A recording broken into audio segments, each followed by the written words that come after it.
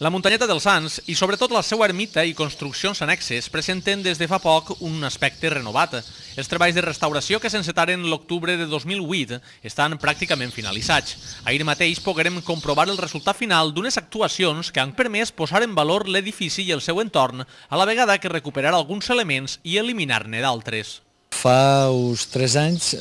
vam veure que l'ermita necessitava una intervenció urgent, entre altres coses perquè corria un seriós perill de que el sostre poguera desplomar-se. Aleshores vam plantejar un pla en 3 fases, en 3 anys, i vam escometre la restauració. El que volíem és que, per una banda, consolidar l'ermita i que no tinguera cap perill d'enderrocament, i per una altra banda, tornar-li a l'ermita, diríem, l'aire primigeni que va tindre, en el sentit de llevar-li tots aquells elements que foren aliens a lo que seria un lloc senzill, un lloc de peregrinació, un lloc, diríem, on venen suecans, i llevar-li tots aquests adornos que, d'alguna manera, li llevaven l'autenticitat a lo que seria esta xicoteua joia que tenim els suecans en esta xicoteta muntanyeta de 27 metres. Tant el que seria la pròpia ermita com el que seria la construcció adjacent, que és una obra més civil, jo crec que ha millorat d'una manera notable. Vull dir, s'ha recuperat la cuina, s'ha recuperat el rellotge de sol, s'ha recuperat dalt, s'ha reconstruït la cuina, els serveis s'han modernitzat, però intentant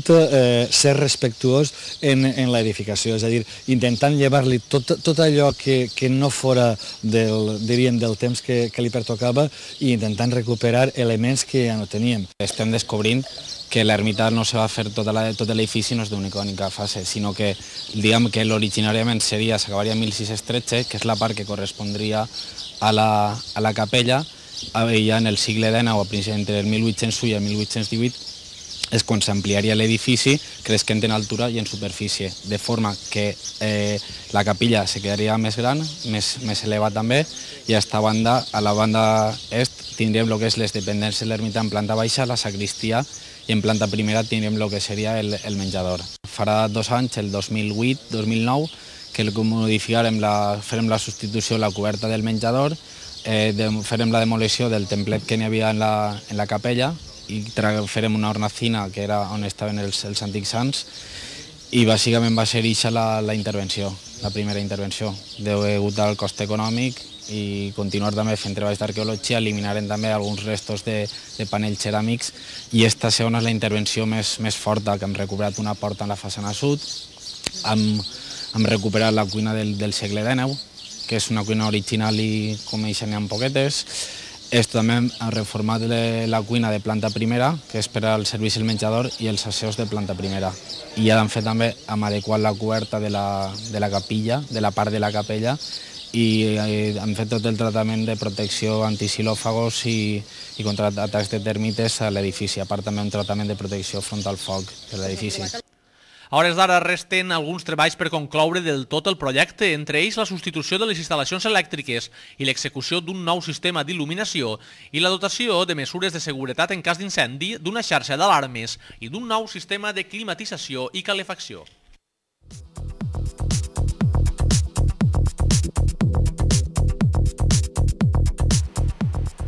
Aquestes últimes setmanes els operaris han treballat de valent perquè la platja de les Palmeres estiga a punt per a l'inici de la temporada estiuenca, fixat per al pròxim 15 de juny. Moltes han estat ja les persones que han pogut comprovar la nova imatge que presenta la zona, que ha suprimit el trànsit de vehicles per l'avinguda més pròxima a la mar i, a canvi, ha ampliat tant el passeig marítim com la superfície d'arena de la platja.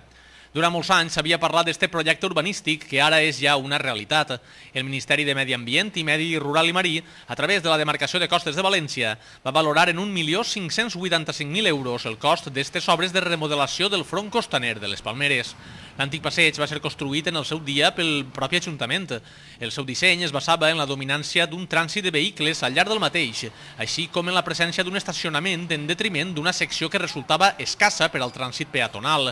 A més, els trams de passeig que enllaçaven amb este s'hi eren completament per a vianants, amb la qual cosa aquesta actuació ha donat una homogeneïtat urbanística a l'entorn. El termini d'execució ha estat de 6 mesos i es beneficiaran de les obres, sobretot, famílies suecanes.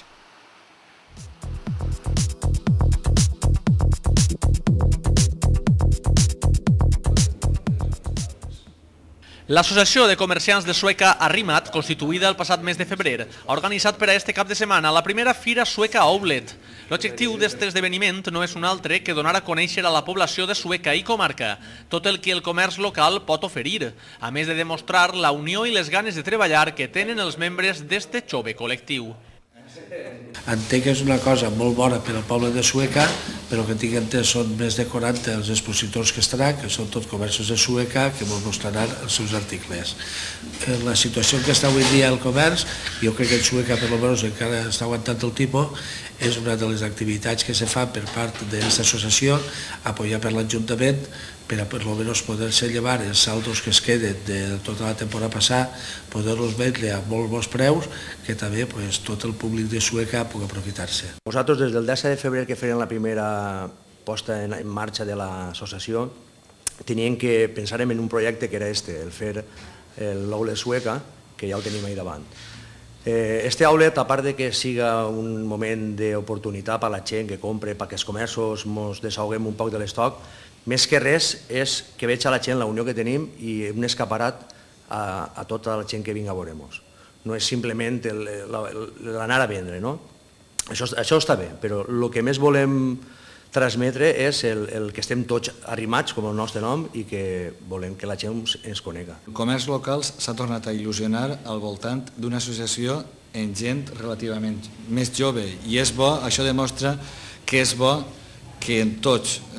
començant per les institucions i acabant per qualsevol associació, és bona la renovació de la gent, perquè la gent nova porta nous impulsos, noves idees i noves empentes a l'hora